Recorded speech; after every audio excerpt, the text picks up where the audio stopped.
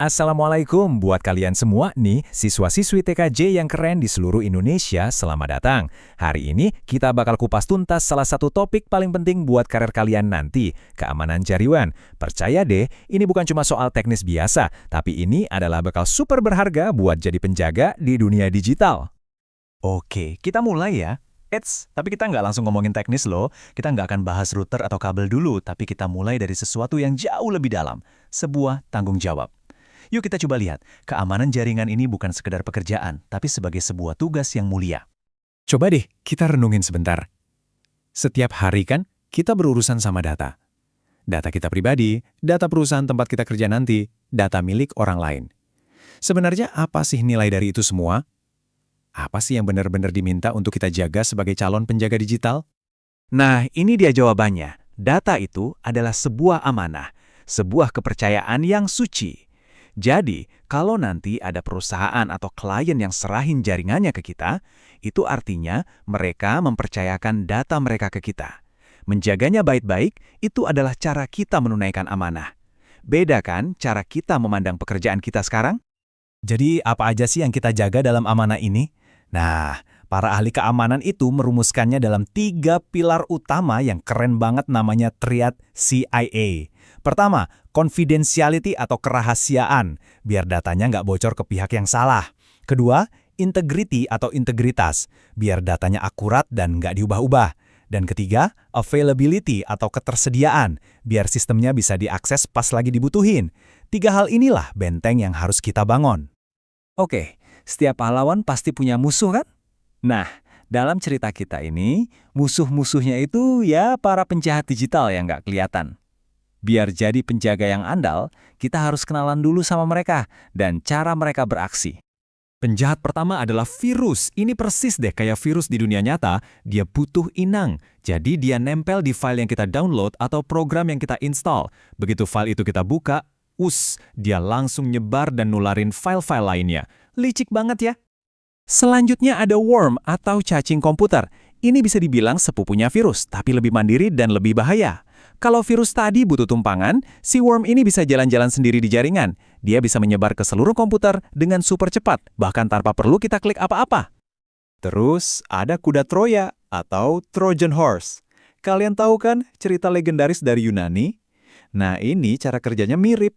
Dia nyamar jadi aplikasi atau game gratisan yang kelihatannya asik. Tapi begitu kita install, dia malah ngebuka pintu belakang rahasia buat penyerang masuk dan nguasain sistem kita. Waduh, kalau yang ini salah satu yang paling ditakuti sekarang, ransomware. Coba bayangin, semua data penting di komputer, tugas sekolah, foto kenangan, tiba-tiba terkunci semua. Terus muncul pesan minta tebusan kalau datanya mau balik. Ini bukan lagi sekedar ngerusak, ini tuh pemerasan digital yang jahat banget. Tentu aja penjahatnya nggak cuma itu. Ada juga phishing, ini tuh modus penipuan lewat email atau situs palsu buat mancing kita ngasih password. Terus ada serangan di DDoS. Gampangnya, bayangin aja ada segerombolan orang sengaja berdiri di depan pintu masuk masjid, biar nggak ada jamaah yang bisa masuk. Nah, DDoS itu kayak gitu, bikin layanan jadi nggak bisa diakses. Setelah kenal sama musuh-musuhnya, sekarang saatnya kita siapin senjata dan perisai kita. Sebagai penjaga digital, kita itu punya banyak banget alat canggih buat mempertahankan benteng kita dari serangan para penjahat tadi. Pintu gerbang utama pertahanan kita itu namanya firewall. Gampangnya, anggap aja dia itu kayak satpam di sebuah kompleks. Dia bakal ngecek setiap tamu atau paket data yang mau masuk atau keluar. Kalau ada yang mencurigakan atau nggak sesuai aturan, ya bakal ditolak. Tapi, satpam aja kan nggak cukup. Kita butuh pertahanan berlapis. Kita bisa enkripsi data biar jadi kayak tulisan kode rahasia. Kita pakai autentikasi 2 faktor sebagai gembok ganda. Kita juga pasang alarm pintar yang namanya IDS/IPS yang bakal langsung teriak kalau ada penyusup.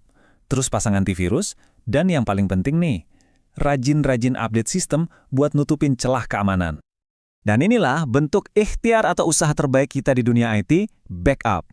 Aturan emasnya itu gampang banget diingat. 3, 2, 1. Maksudnya, punya 3 salinan data, simpan di 2 jenis media yang berbeda, misalnya di hard disk eksternal dan di cloud, dan pastikan satu salinannya ada di lokasi yang terpisah. Jadi, amit-amit kalau ada bencana, data kita tetap aman sentosa. Nah, sekarang kita sampai di bagian yang paling menarik. Semua pengetahuan tentang cara menyerang dan bertahan ini tuh ibarat pedang bermata dua. Kamu bisa pilih jadi penjahat, atau kamu bisa pilih jalan seorang pahlawan. Ini dia bedanya.